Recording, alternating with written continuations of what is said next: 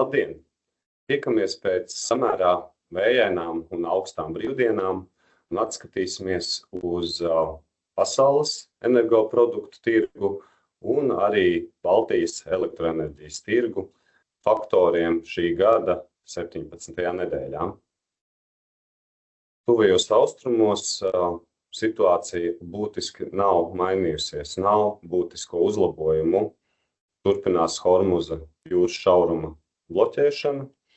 Irāna bloķē jebkuru naftas produktu un dabasgāzes kravu iziešanu cauri Hormuza jūras šaurumam. ASV savukārt bloķē visas kravas, kuru galamērķis ir Irānas ostas. Deficīts ir milzīgs. Šobrīd kardarbībai turpinoties jau 2 mēnešus.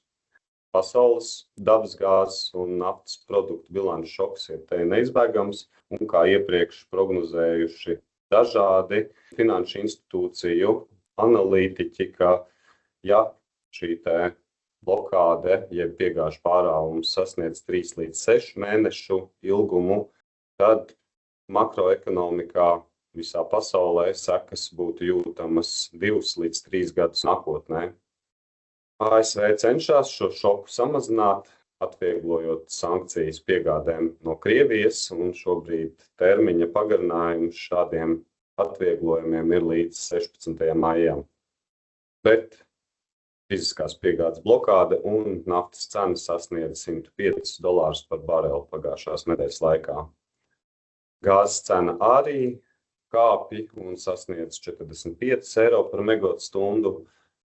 Krājuma līmenis Eiropā 31%, un tas atbilst aptuveni par 7% zemāk kā šajā pašā nedēļā pagājušajā gadā. Pieprasījums zemāks Eiropā, tas ir sezonāla norise, pieaug atjaunīgo energoresursu izstrāde. Hormuza jūras šauruma bloķēšana ir arī tieši ietekme uz sašķidrinātās dabasgāzes piegāžu daudzumu un piedāvājumu pasaules tirgu. Tādēļ šis faktors noteikti ir cēlis dabasgāzes cenu arī Eiropai.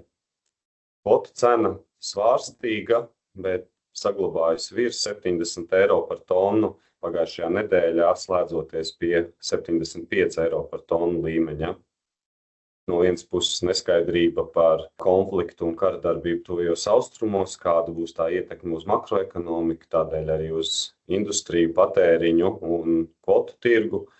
Otrs ir, kas pievieno papildus neskaidrību, tas, ka emisiju tirdzniecības sistēmas reformu lēmums ir sagaidāms vasarā. Tad šobrīd vēl nav pilnīga gala plāna, kā tiks mainīta tirdzniecības sistēma.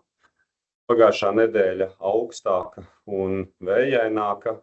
Šajā nedēļā Centrāla Eiropā ir daži grādi virs normas, Ziemeļvalstīs daži grādi zem normas. Eiropai kopīgais faktors ir, kā pieaug vēja ātrumi, līdz ar to vēja izstrāde. Nord Pool elektroenerģijas tirgu Ziemeļvalstīs un Baltijas valstīs cena samazinās. Ziemeļvalstīs 39,75 eiro par megawatstundu vidēji visiem apgabaliem. Cena Baltijā pie 34 eiro par megawatstundu. Būtiskākais faktors, kā dzirdējāt, ir vēja ātrumi, līdz ar to vēja izstrādes pieaugums. Nākamā gada finanšu tirgus vērtējumā par bāzes piegādi elektroenerģijai cenas nedaudz pakāpjās. Ziemeļvalstīm 45 līdz 55 eiro par megawatstundu, Vācijai virs 90 eiro par megawatstundu un Polijā par bāzes piegādi virs 100 eiro par megawatstundu. Paldies par uzmanību un tiekamies nākamnedēļ!